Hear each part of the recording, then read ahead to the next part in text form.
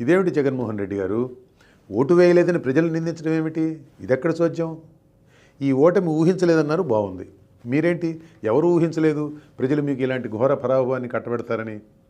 ఓడిస్తారనుకున్నాం కానీ ఇలాంటి స్క్రిప్ట్ రాసి పెట్టారని ఎవరు అనుకున్నారు? కాబట్టి ఊహించలేదన్నంతవరకు బాగానే ఉంది. కానీ బటన్ నొక్కి డబ్బులు పంచితే ఆ డబ్బు తీసుకొని కూడా ఓటు వేయలేదని అక్క చెల్లెమ్మలను, అన్నదమ్ములను, అవ్వాతాతలను నిందించడం ఏమిటి? మీకు ఓటు వేస్తేనే వారికి ప్రేమాభిమానాలు, ఆప్యాయతలు ఉన్నట్లా? వేయకపోతే లేనట్లా? ఆ అక్క చెల్లెమ్మలకు పిల్లలు లేరు? ఆ పిల్లలకు మంచి భవిష్యత్తు కావాలని వారు కోరుకోరు? ఆ అవ్వాతాతలకు కొడుకులు, కూతుళ్ళు లేరు? వారికి భద్రమైన జీవితం ఉండాలనే ఆ అవ్వాతాతలు కోరుకోరు? మీరు బటన్ నొక్కితే ఖాతాల్లో డబ్బులు పడ్డాయి, నిజమే. కానీ వారందరికీ కుటుంబాలు ఉన్నాయే. ఆ కుటుంబాలకు మీరు వేసిన డబ్బులతోనే తెల్లారదు కదా. మీరు పెంచిన విద్యుత్ ఛార్జీలు కడుతున్నది వారు కాదు. దేశంలో ఎక్కడా లేని ధరలతో మండిపోతున్న పెట్రోల్, డీజిల్ కొంటున్నది వాళ్ళు కాదు. మందు సంగతులు బహిరంగంగా మాట్లాడడానికి చాలామంది సంకోచిస్తారు, కానీ నేను ఊరుకోను. ఉన్న సంగతి ఉన్నట్టు మాట్లాడుకోవాల్సిందే.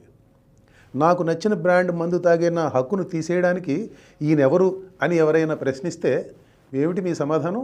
చెప్పండి. పెంచిన మద్యం ధరల సంగతి అలా ఉంచండి. నా బ్రాండ్లు మాత్రమే తాగాలంటూ మందుబాబులు మీరు చేసిన ఘోరమైన జులుం భారతదేశంలో గతంలో ఏ పాలకుడన్నా ఎప్పుడన్నా చేశాడా? నేను బటన్ నొక్కి డబ్బులు వేస్తే అవి తీసుకుని కూడా ఓటు వేయలేదని మీరు ఎవరినైతే నిందిస్తున్నారో ఆ అక్క చెల్లెమ్మలకు భర్తలు, కొడుకులు లేరు? మీ పుణ్యమా అని వారి మందు ఖర్చు బడ్జెట్ పెరిగిందని, దానికి తోడు మీ బ్రాండ్ల మందు తాగితే ఒళ్ళు కూడా గుల్లవుతున్నదని ఆ అక్క చెల్లెమ్మలకు తెలియదు? ఇదంతా అలా ఉంచండి జగన్మోహన్ రెడ్డి గారు. ఎవరి డబ్బు ఎవరికి ఇస్తున్నారు మీరు?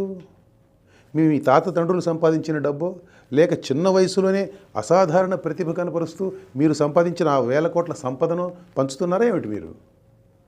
బటన్ నొక్కి పంచుతున్న డబ్బు రకరకాల పద్ధతుల్లో తమ దగ్గర నుంచి వసూలు చేసిన డబ్బేనని తెలుసుకోలేనంత అమాయకులు అనుకున్నారా మీ అక్క చెల్లెమ్మలు, అన్నదమ్ములు, అవ్వాతాతలు? ప్రజల ఇంగిత జ్ఞానంపై మీకెంత నమ్మకం జగన్ రెడ్డి గారు? డబ్బు పంపకంలో అవినీతి లేకపోతే పాలనలో అవినీతి లేనట్లేనా? మీ పాలనలో మద్యం, మైనింగ్, ఇసుక అవినీతికి ఎలా రహదారులుగా మారింది జనానికి తెలియదు అనుకుంటున్నారా ఏమిటి కొంపదీసి? లేక మీరు డబ్బు పంచుతున్నారు కాబట్టి వారు దాన్ని పట్టించుకోరనుకున్నారా ఆ అవినీతిని? పంచిన డబ్బుకు, చేసిన అప్పులకు ఏమాత్రం పొంతం లేదన్న సంగతి కూడా ప్రజలకు తెలుసు, చాలా బాగా తెలుసు.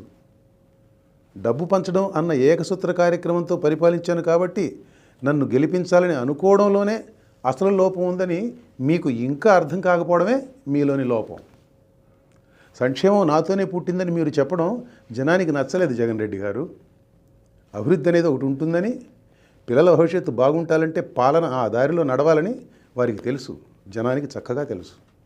స్కూల్ భవనాలకు రంగులు వేసి టీచర్ల బోధనాశక్తితో నిమిత్తం లేకుండా ఇంగ్లీష్ మీడియం పాట పాడి విద్యారంగాన్ని సంస్కరించేశారని మీరు చెబితే ఢిల్లీ నుంచి వచ్చిన జర్నలిస్టులు నమ్ముతారేమో.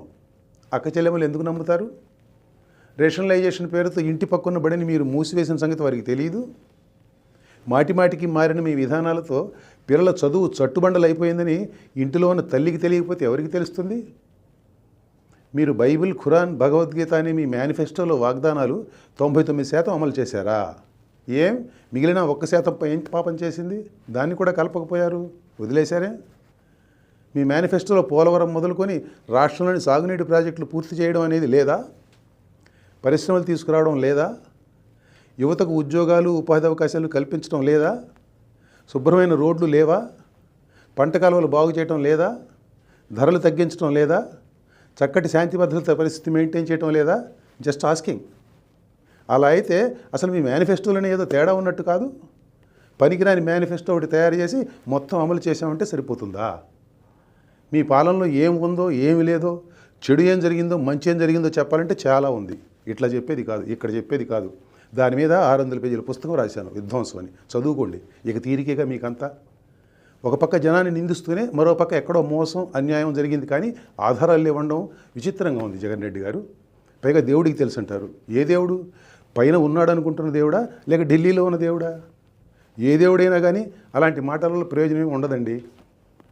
ఎవరేం చేసినా కానీ మీకున్న 40% ఓటు బ్యాంకును తగ్గించలేకపోయారన్నారు, నిజమే. పోయినసారి ఎన్నికల్లో మీకు 151 సీట్లు వచ్చినా కానీ టీడీపీ ఓటు బ్యాంక్ కూడా టీడీపీతోనే ఉందిగా.